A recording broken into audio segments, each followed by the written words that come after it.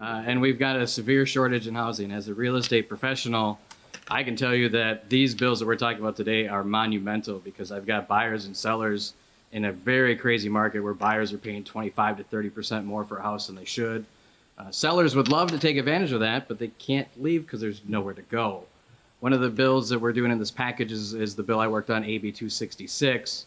That'll help clean up some of this process that's involved. So there's no funding in this bill, but it helps us understand the interaction between municipal government and developers, the interaction between the courts and the developers, and more importantly, the interaction between people in neighborhoods and the courts for redress.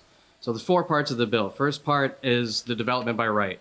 This is one of the things that I think was most important, where if a developer comes to a town, city, village, knows the rules, comes with a project, and the town, city, village says, well, we'll think about it. It's not exactly how the process is supposed to work. This bill says, okay, if you have rules in place, developer wants to get to work, brings a project that fits the rules at the time, the project has to be granted. I think that's one of the more important things about this bill, is just making sure there's certainty for developers to be able to actually want to come to our communities and know what the rules are moving forward. Secondary parts of this is for a developer to be able to go to the courts and have some redress if the town decides to change rules midstream.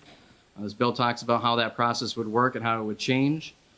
Below that, it also talks about in the bill later where individuals in a community have to be able to prove the harm they're going to sustain if they're going to challenge this in court as well.